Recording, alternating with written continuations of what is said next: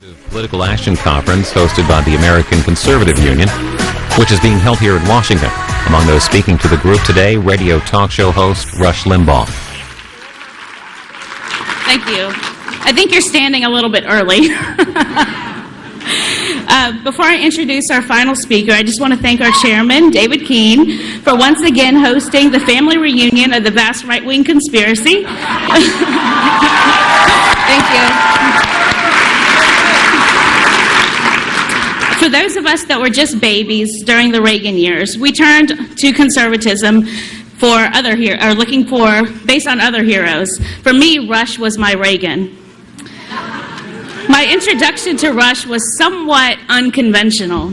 When I was 16 years old, a boy I had a crush on invited me to his car to listen to Rush Limbaugh on the radio.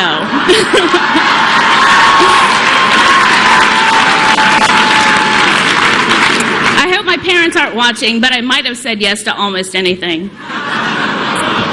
So, thanks to Rush, in 1994, I became a conservative in the back seat of a Camaro.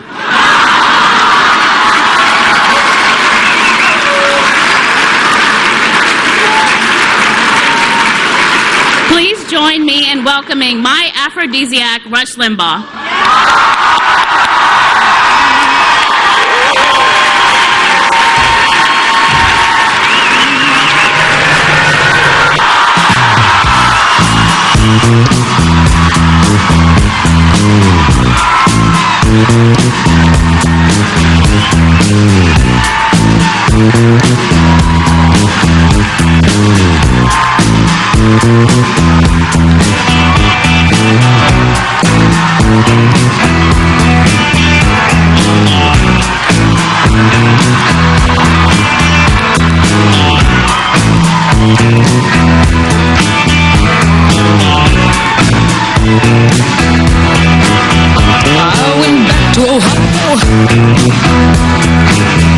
But my city was gone.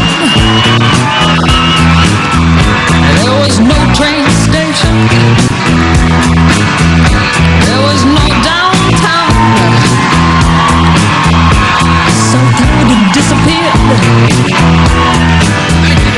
All my favorite places. Thank you so much.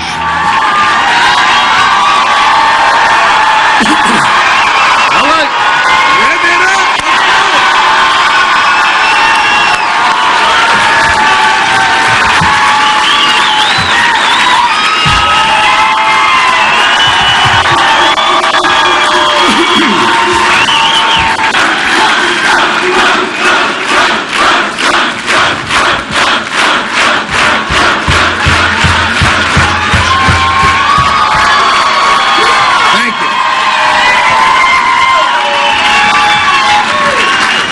Thank you all very, very much.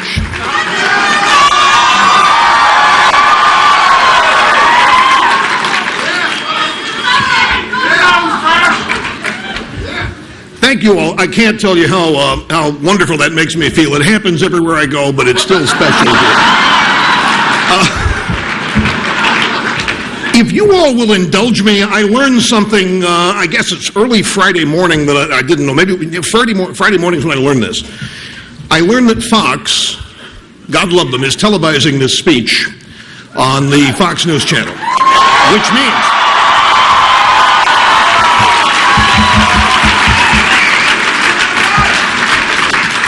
which means, ladies and gentlemen, this is my first ever address to the nation.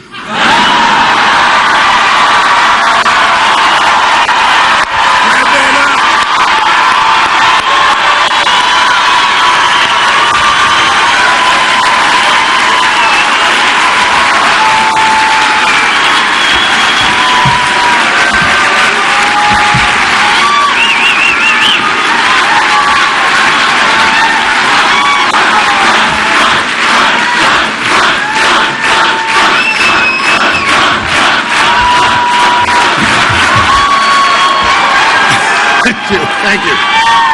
Now,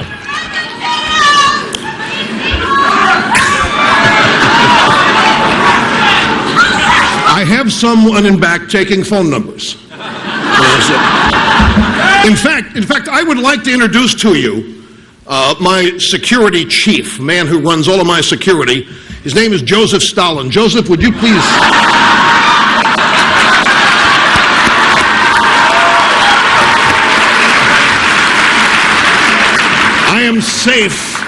I am safe from any liberal attack in public because they would be afraid of offending Stalin. Now, the opportunity here to address the nation, serious one, it really is, and I want to take it seriously. I want to address something. I know that people are probably watching this who never have listened to my program and may not even really know what conservatism is. They think they do based on how they've been told, the way we've been impugned and maligned and so forth. One of the things that is totally erroneous about me, and I just want to get this up front, is that I'm pompous and that I am arrogant. Neither of these things are remotely true. I can tell you a joke to illustrate this. Larry King passed away, goes to heaven. He's greeted by St. Peter at the gates. St. Peter says, "Welcome, Mr. King. It's great to have you here. I want to show you around, give you an idea of what's here. Maybe you can pick a place that you'd like to reside." King says, "I just have one question. Is Rush Limbaugh here?" No. He's got a lot of time yet, Mr. King. So St. Peter begins the tour. Larry King sees the various places, and they're just beyond anything we can imagine in terms of beauty. Finally gets to the biggest room of all with this giant throne. And over the throne is a flashing, beautiful, angelic neon sign that says Rush Limbaugh. And Larry King looks at St. Peter and says, "I thought you said he wasn't here." He's not. This is God's room. He just thinks he's Rush Limbaugh.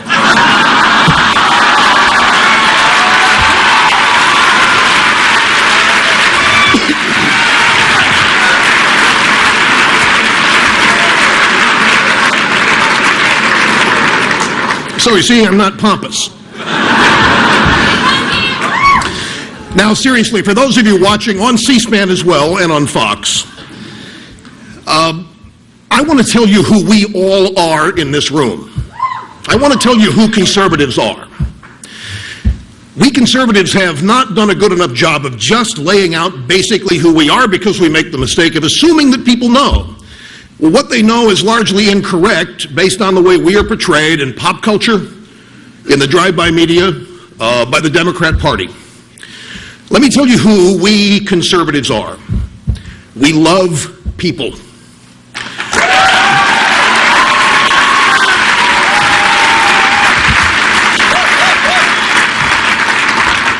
When we look out over the United States of America, when we are anywhere, when we see a group of people, such as this or anywhere, we see Americans, we see human beings.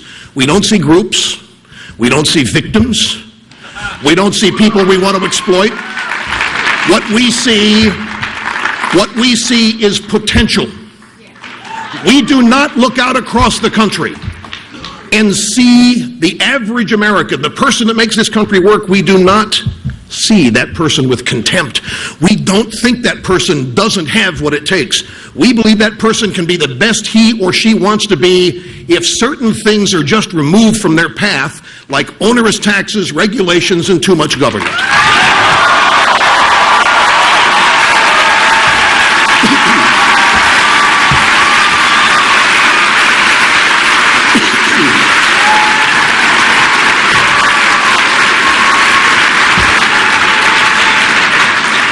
We want every American to be the best he or she chooses to be. We recognize that we are all individuals. We love and revere our founding documents, the Constitution and the Declaration of Independence.